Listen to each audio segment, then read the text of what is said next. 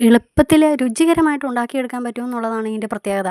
വെളുത്തുള്ളിയും പച്ചമുളകും എല്ലാം പച്ചയ്ക്ക് തന്നെയാണ് ഇട്ട് കൊടുത്തിരിക്കുന്നത്. ഫ്രണ്ട്സ്, തമ്പനയിൽ കണ്ടതുപോലെ കടയിൽ കിട്ടുന്ന പെർഫെക്റ്റ് ടേസ്റ്റിൽ എണ്ണയൊട്ടും ചേർക്കാതെ സൂപ്പർ അച്ചാറാണ് കേട്ടോ ഇന്നിവിടെ ഉണ്ടാക്കിയെടുക്കുന്നത്. കൃത്യമായി ഇതിൽ പറഞ്ഞിരിക്കുന്ന പോലെ തന്നെ ഉണ്ടാക്കിയിട്ട് കമൻറ്റ് ബോക്സിൽ അറിയിക്കണേ.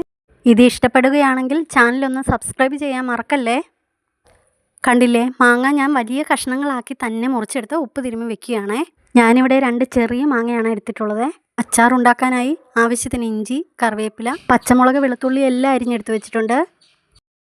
ആദ്യം തന്നെ ചട്ടി അടുപ്പത്ത് വെച്ചു. മൺചട്ടിയാണ് ഇത് ഉണ്ടാക്കാനായിട്ട് എടുക്കുന്നത്. അരിഞ്ഞു വെച്ചതെല്ലാം ഇട്ട് കൊടുക്കാം.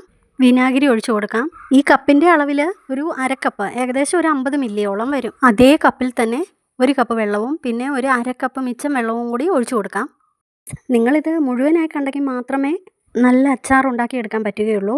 ഫ്രണ്ട്സ്, ഇതിൽ നിന്ന് വ്യത്യസ്തമായി ഇതിനു മുമ്പ് ഞാൻ എണ്ണ ചേർക്കാത്ത നാരങ്ങ അച്ചാർ ഉണ്ടാക്കുന്ന വീഡിയോ ഇട്ടിട്ടുണ്ടായിരുന്നു. നല്ല അഭിപ്രായമായിരുന്നു. ഒരു പ്രാവശ്യം അങ്ങനെ ഉണ്ടാക്കിയാൽ പിന്നെ എണ്ണ ചേർത്ത് അച്ചാർ ഉണ്ടാക്കുകയില്ല. അതിൻ്റെ ലിങ്ക് ഡിസ്ക്രിപ്ഷനിൽ കൊടുത്തേക്കാം, ഒന്ന് കണ്ടു നോക്കണേ. ചട്ടിയിൽ നമ്മൾ പച്ചവെള്ളമാണ് ഒഴിച്ചു കൊടുത്തിരിക്കുന്നത്, ചൂടുവെള്ളം ഒന്നും അല്ല കേട്ടോ. ഇതിലേക്ക് 1 സ്പൂൺ ഉപ്പിട്ട് കൊടുത്തു. കണ്ടാൽ ചെനച്ച മാങ്ങയാണെങ്കിലും മാങ്ങയിലും തിരുമ്മി വെച്ചിട്ടുണ്ട്, എങ്കിലും ഉപ്പൊന്നും കൂടി പോവില്ല, മാങ്ങയ്ക്ക് നല്ല പുളിയുണ്ട്. ഇനി അതിലേക്ക് 1/2 ടീസ്പൂൺ മഞ്ഞൾപ്പൊടി, 1 ടീസ്പൂൺ സാദാ മുളക് പൊടി, 1 ടീസ്പൂൺ കാശ്മീരി മുളക് പൊടി എല്ലാം കൂടി ഇട്ട് കൊടുക്കാം. പൊടികളൊന്നും ചൂടാക്കാതെ ചുമ്മാ അങ്ങ് തട്ടിയിട്ട് കൊടുത്തോണം. നല്ലതുപോലെ ഇളക്കി കൊടുത്തിട്ട് തിള വരുന്നവരെ ഹൈ ഫ്ലെയിമിൽ ഇട്ട് കൊടുക്കുക. തിളച്ച ഉടനെ മീഡിയം ഫ്ലെയിമിലാക്കി കൊടുക്കാം. നല്ലതുപോലെ ഉപ്പ് വേണം അച്ചാറിന്, അപ്പോൾ ഉപ്പില്ലെങ്കിൽ കുറച്ച് ഉപ്പൊക്കെ ഇട്ട് കൊടുക്കാം. അരപ്പെല്ലാം വെന്ത ഒരു പകുതി ആകുമ്പോൾ കടുക് വറുത്ത് പൊടിച്ചത് 1 ടീസ്പൂൺ, 1 ടീസ്പൂൺ ഉലുവ വറുത്ത് പൊടിച്ചത് രണ്ടും കൂടി ഇട്ട് കൊടുത്ത് ഇളക്കിയെടുക്കാം. മാങ്ങ ഇനിയും ഇട്ട് കൊടുത്തിട്ടില്ല, മാങ്ങ ഇട്ട് കൊടുക്കാറാകുന്നതേ ഉള്ളൂ. അച്ചാറിൻ്റെ അരപ്പൊക്കെ 3/4 ഭാഗത്തോളം പറ്റി തുടങ്ങിയിട്ടുണ്ട്. ഈ സമയത്താണ് കായപ്പൊടി ഇട്ട് കൊടുക്കേണ്ടത്. 1/2 ടീസ്പൂൺ കായപ്പൊടി ഇട്ട് കൊടുത്തു. മാങ്ങ ഇടുന്നതിന് തൊട്ട് മുമ്പ് തന്നെ ഇട്ട് കൊടുത്താൽ മതി, അപ്പോൾ കായത്തിൻ്റെ ടേസ്റ്റൊക്കെ നല്ലപോലെ കഷ്ണങ്ങളിൽ പിടിച്ചോളും. ആദ്യം തന്നെ മാങ്ങ ഇട്ട് കൊടുക്കുമ്പോൾ വെന്തലുത്ത് പോകും. ആവശ്യത്തിനുള്ള ചാറാകുന്നവരെ പറ്റിച്ചെടുക്കുക.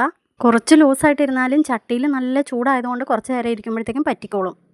ഇനി സ്റ്റൗ നിർത്തിയിട്ട് മാങ്ങ കഷ്ണങ്ങൾ ഇട്ട് കൊടുക്കാം. എല്ലാം സെറ്റാക്കി ഇളക്കി കൊടുക്കുമ്പോഴേക്ക് കുറച്ച് കഴിയുമ്പോൾ മാങ്ങ നല്ലതുപോലെ വാടി സോഫ്റ്റായി കിട്ടും. അച്ചാറൊക്കെ പഴകിയാലല്ലേ ടേസ്റ്റുള്ളൂ. ഇതുപോലെ തന്നെ ഈ മാങ്ങയും പിറ്റേ ദിവസം എടുത്ത് കൂട്ടുമ്പോഴാണ് അതിന് നല്ല ടേസ്റ്റ് ഉണ്ടാകുന്നേ. ഫ്രിഡ്ജിൽ തന്നെ സൂക്ഷിക്കണമെന്നില്ല, പുറത്ത് വെച്ചാലും കേടാകാതെ കുറേ കാലം ഇരിക്കും കേട്ടോ. ഇനി അത് കോരിയെടുത്ത് പാത്രത്തിലാക്കിയിട്ട് 2 സ്പൂൺ പഞ്ചസാര ഇട്ട് കൊടുക്കാം. പഞ്ചസാരയെല്ലാം വെന്തലുത്ത് 10 മിനിറ്റിന് ശേഷം നമ്മുടെ അച്ചാർ ഉപയോഗിക്കാം. എണ്ണയില്ലാതെ ഉണ്ടാക്കിയ അച്ചാറാന്ന് ആരും പറയില്ല, നിങ്ങളായിട്ട് പറയാതിരുന്നാൽ മതി. ഉറപ്പായും ഉണ്ടാക്കി നോക്കി അഭിപ്രായങ്ങൾ കമൻറ്റിലൂടെ അറിയിക്കണേ. നിങ്ങളുടെ കൂട്ടുകാർക്ക് കൂടി ഒന്ന് ഷെയർ ചെയ്യാൻ മറക്കല്ലേ. എല്ലാവരും ഉണ്ടാക്കട്ടെ ഈ ഹെൽത്തി അച്ചാർ.